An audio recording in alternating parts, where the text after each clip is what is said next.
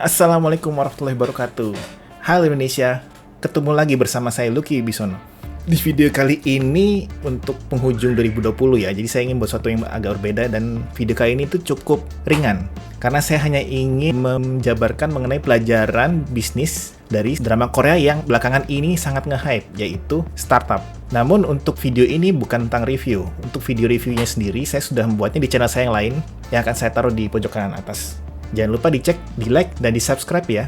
Baiklah, setelah saya selesai menonton drama Korea Startup ini, kalau menurut saya ada 9 pelajaran bisnis atau pelajaran yang bisa diaplikasikan dalam kehidupan kita sehari-hari yang menurut saya itu cukup penting untuk di-highlight sehingga kita sendiri ketika mungkin akan mulai sebuah bisnis atau di dunia sehari-hari, kita tidak mengulangi kesalahan yang sama seperti yang terjadi di drama startup ini. Yaitu yang pelajaran pertama adalah bahwa skill yang mumpuni di satu bidang saja itu tidak cukup untuk membuat bisnis. Jadi ini hal yang terjadi pada Namdosan dan kawan-kawan. Jadi mereka bertiga itu lulusan IT dan memiliki kemampuan programming dan IT yang sangat mumpuni. Bahkan mereka bisa menangkan kompetisi face recognition terbaik di dunia. Namun selama 2 tahun ini, Namdosan dan kawan-kawan dalam perusahaannya yaitu Samsung Tech, mereka tidak bisa menarik investor karena mereka sendiri sepertinya tidak memiliki intuisi bisnis gitu, bagaimana bisa mengkapitalisasi kemampuan dan skill mereka itu menjadi sebuah model bisnis yang menarik dan bisa mendatangkan keuntungan sehingga investor tertarik untuk menanamkan modal dan bisnis mereka bisa berkembang lebih besar lagi. Disinilah Namdosan dan kawan-kawan alias Samsung Tech membutuhkan seorang CEO yang memiliki intuisi bisnis dan bisa dibilang sebagai nahkodanya untuk menciptakan model bisnis yang menarik. Kemudian, pelajaran kedua adalah selain model bisnis yang menarik dan skill yang mumpuni, keadministrasian dari badan usaha merupakan faktor penting tidak bisa diabaikan. Dalam hal ini terjadi ketika Namdosan dan kawan-kawan berlima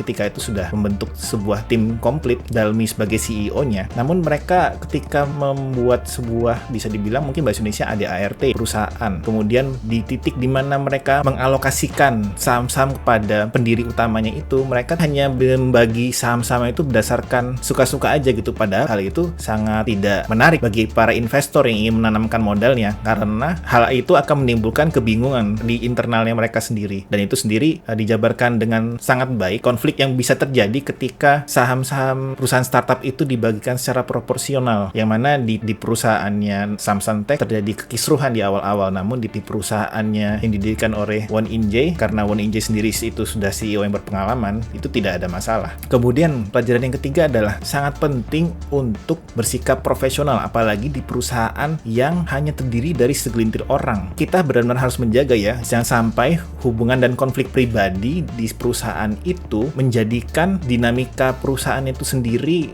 jadi tidak baik. Di sini juga digambarkan bahwa karena Seo Dalmi dan Namdosan itu bisa dibilang memiliki hubungan romansa gitu. Jadi ketika mereka terjadi konflik itu sedikit banyak mempengaruhi bagaimana akhirnya Namdosan dan Seo Dalmi itu memutuskan sesuatu dan mendeliver pekerjaan mereka, sehingga pada akhirnya terjadi miss. Yang miss itu sendiri ya mending sebaiknya ditonton saja ya, karena itu menarik sih. Oke, pelajaran keempat adalah bahwa kita itu harus berpikiran terbuka dan siap menerima kritik sepedas dan sekasar apapun, selama kritik itu memang sesuai fakta. Jangan sampai kita terbawa perasaan dan merasa kritik-kritik tersebut menyerang pribadi. Kita benar-benar harus berpikiran terbuka ketika melakukan bisnis, apalagi kritik itu disampaikan oleh calon investor atau investor, karena biasanya para investor ini sudah memikirkan jangka panjang dan pertanyaan-pertanyaan mereka itu sendiri pun biasanya itu bersifat membangun, seperti yang disampaikan oleh Han Ji Pyong bahwa kalau saya itu mengkritik itu karena saya tertarik sama perusahaan itu. Kalau saya tidak tertarik, ya saya cuma bilang, oh oke, bagus.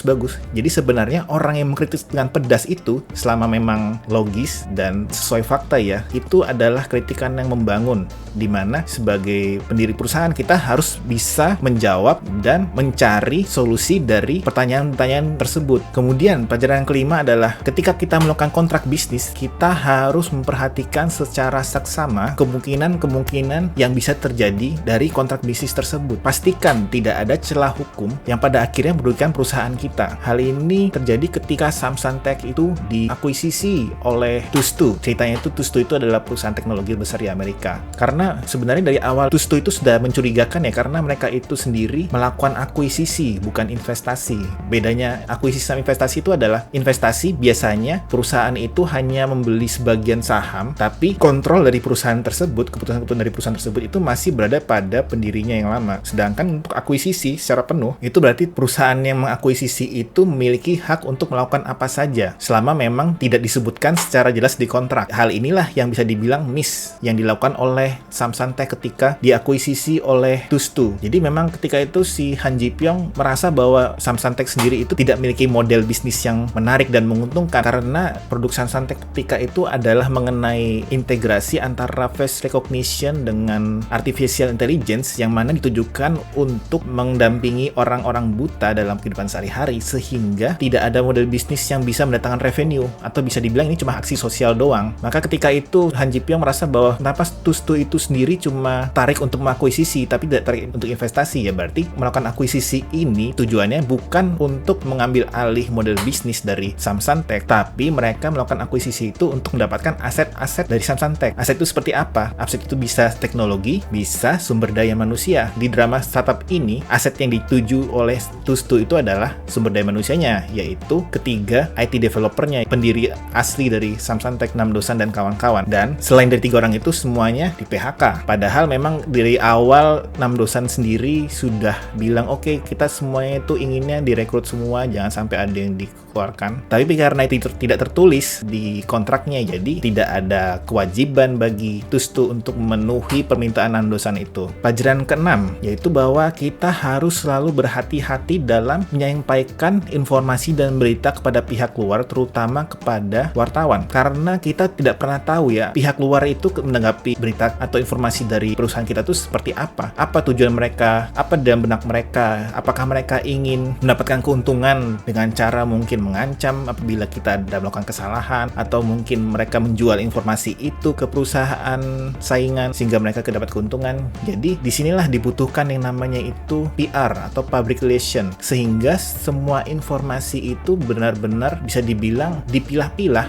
dan difilter mana saja informasi yang memang aman atau bisa dibilang menambah value dari perusahaan itu, bukan malah memperburuk nilai perusahaan tersebut. Kemudian pelajaran ke-7 adalah bahwa keamanan data dari perusahaan itu adalah hal yang tidak bisa dikompromikan, sehingga harus menjadi perhatian utama. Dan jangan lupa juga, yang paling penting itu adalah membackup data-data penting perusahaan, terutama apabila perusahaan tersebut bergerak di bidang IT. Di startup ini beberapa kali perusahaan-perusahaan yang diserang hacker itu, mereka itu seperti pertama-tama keamanan firewall itu tidak baik, jadi maksudnya gampang ditembus. Yang kedua itu adalah mereka tidak membackup data secara periodik. Nah, padahal kedua hal ini adalah hal yang paling penting yang harus dijaga, terutama itu kalau itu perusahaan IT dan data-data yang dimiliki itu sensitif, dan backup ini sendiri pun juga sebaiknya tidak di satu tempat. Yang ke-8 adalah kita harus selalu bersikap baik kepada semua orang, terutama yang masih berkaitan dengan bisnis. Di sini ditunjukkan bahwa yang namanya hubungan orang itu dinamis ya. Jadi hari ini bisa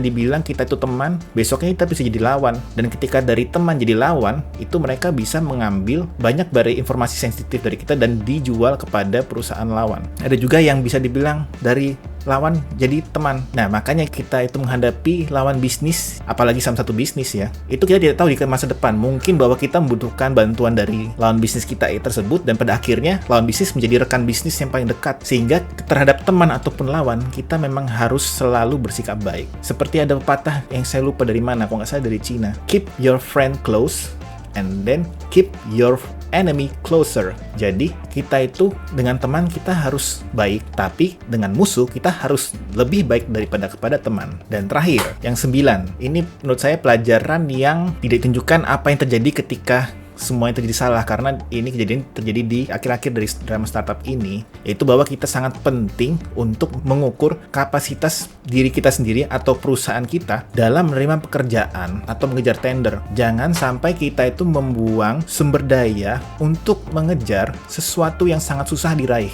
dan berakhir dengan kegagalan, yang mana pada akhirnya bisa memberikan citra buruk kepada diri kita sendiri atau perusahaan. Jadi di sini pentingnya kita itu mengukur diri bahwa kita itu dengan sumber daya kita kita yang sekarang, kayaknya untuk mencapai yang ditargetkan itu sangat susah, sehingga kita harus bisa dibilang mawas diri. Tapi di startup ini memang kejadiannya itu malah kebalik ya, karena mereka dengan sumber daya yang terbatas, mereka memaksakan untuk ikutan tender yang bisa dibilang membutuhkan sumber daya yang lebih besar. Cuman karena memang Namdo-san dan timnya itu memang sangat mumpuni dan skillful, sehingga pada akhirnya semuanya baik-baik saja dan mereka menangkan tender. Cuman kalau di kehidupan nyata, jangan sampai mengambil resiko yang kita sendiri tidak sanggup menerima dampak negatifnya. Semuanya itu kita harus calculate risk. Ketika kita mengambil sebuah keputusan, kita harus siap menerima resiko terburuk hasil dari keputusan kita tersebut. Sekian video saya kali ini. Terima kasih sudah menonton. Apabila kalian suka video ini, silahkan like dan share. Apabila tidak berkeberatan juga, silahkan juga subscribe.